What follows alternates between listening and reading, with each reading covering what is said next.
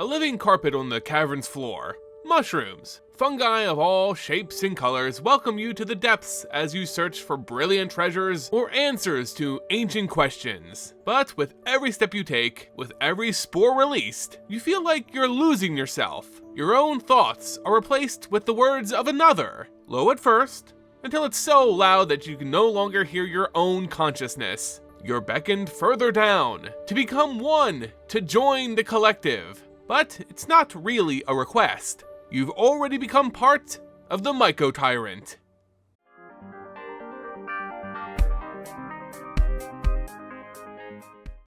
Hey everyone, and welcome back to the Ether Hub. I'm Simon, bringing you more Magic the Gathering lore. Today I bring you a special topic, a unique addition to the fungus creature type introduced in the Lost Caverns of Ixalan. Most of us fans of the lore sort of have a soft spot in our hearts for fungal creatures, like the adorable thalids of Dominaria with their cute squishy bodies, looking like little Build-A-Bears with mushrooms for heads. Most notably being the lovable Slimefoot, endearing member of the newest Weatherlight crew. He's just adorable. Well, today we're set to discuss some fungi who aren't as cute and cuddly, and in fact if you hug them, you may never leave that embrace. These are the Mycoids and the Mycotyrant that terrorize the caverns of Ixalan. What are they? And what is its story?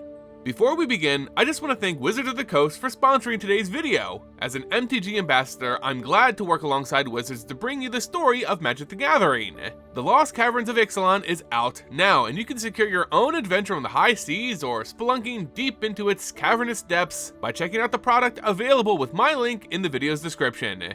Again, thanks Wizards for the sponsorship. And now, let's get into the lore.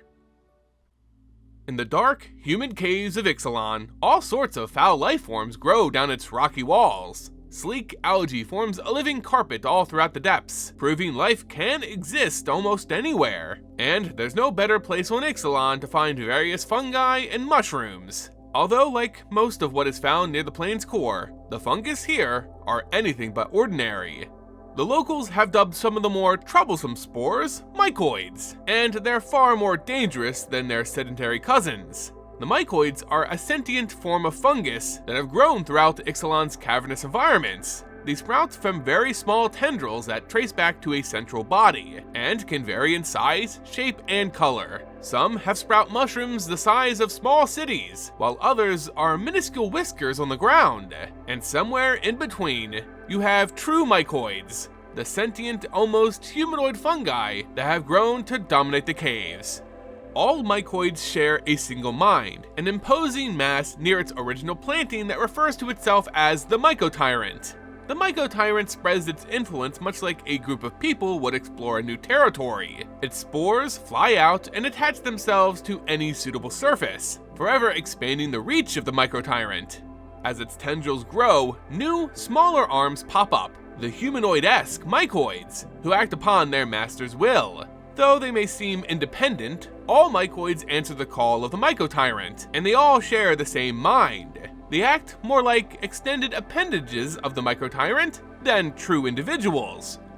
The Altec, the people living within the core of Ixalan, recognize when a Mycoid grows to the size of a human, they typically begin to display some level of intelligence, moving with more of a purpose and goals. They can develop their own consciousness, thoughts, and motivations. However, so long as they're attached to the fungal system of the Mycotyrant, they will forever hear its lingering voice, whispers to manipulate all Mycoids to its own ends.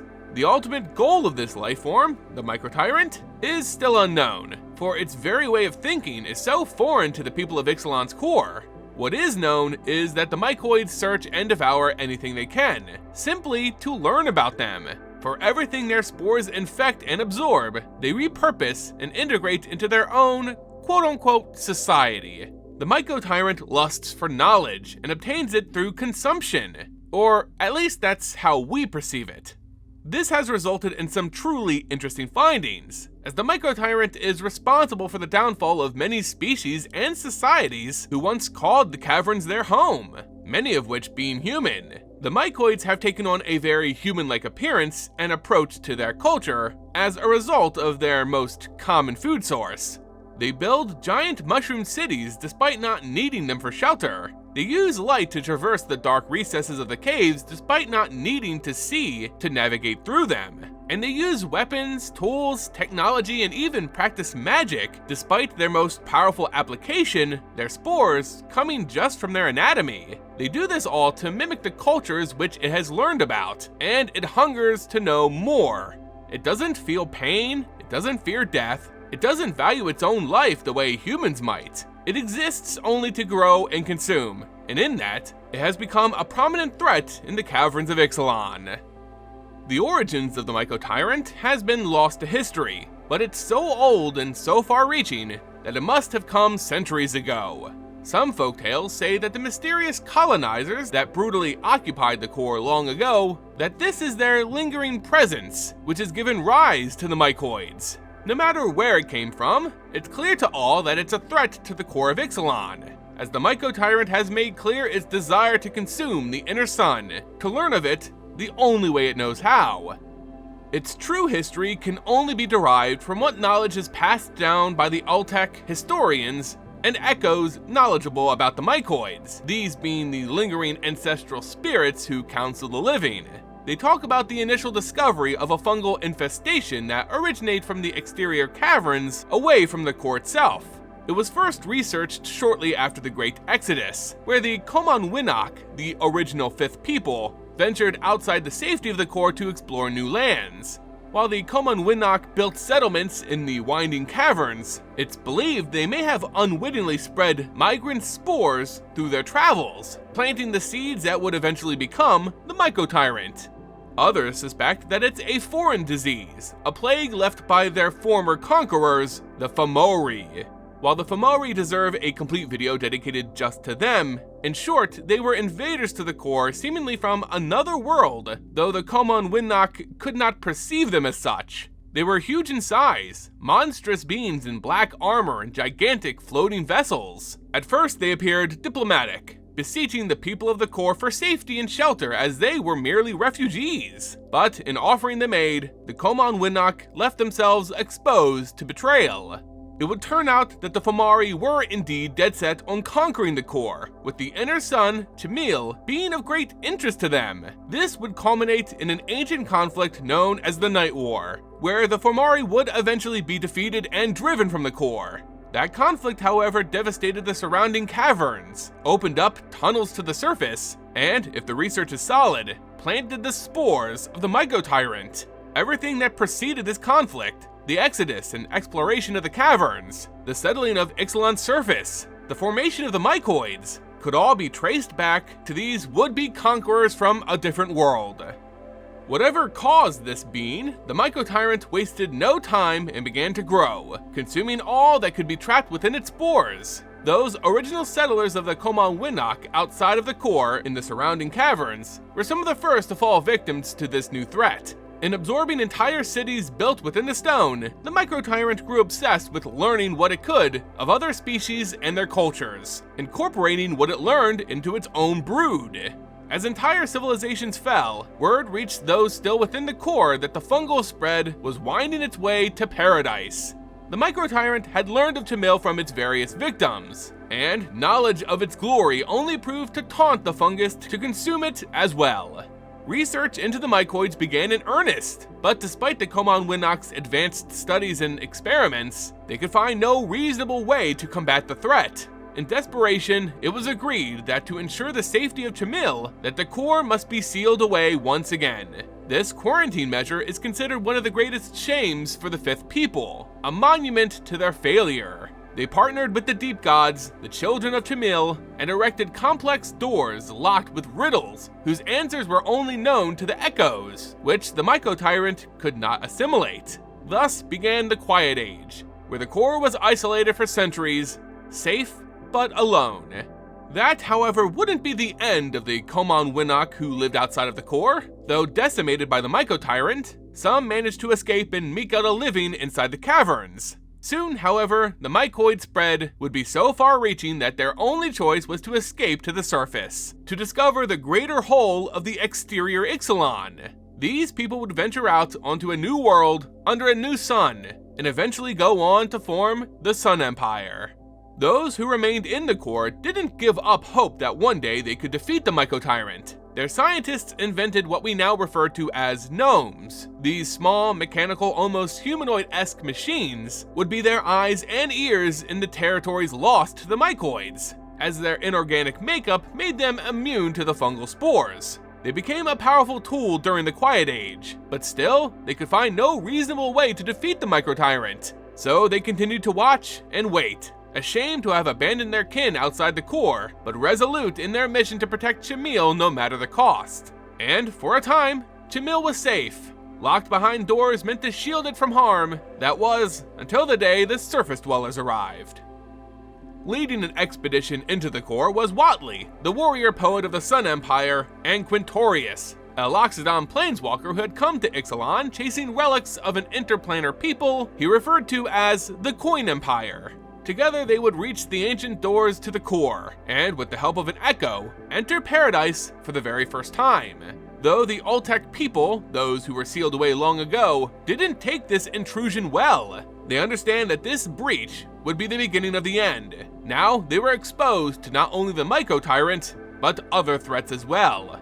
However, at this time, the Mycotyrant wasn't moving down towards the core, but up towards its surface. Its spores had made contact with miners of a subterranean town called Downtown, one built by the pirates of the Brazen Coalition as an operation to fund their pirateering. As miners dug deeper, fewer began to return up the shaft, and soon the entire city went silent. No ore was shipped out, and no communications would be received for months. So two high-ranking pirates, the Siren Malcolm Lee and Goblin Breeches, were sent there to investigate. What they found were corpses dotting the surface entrance of the mine, in advanced states of decay and growing glowing mushrooms all over.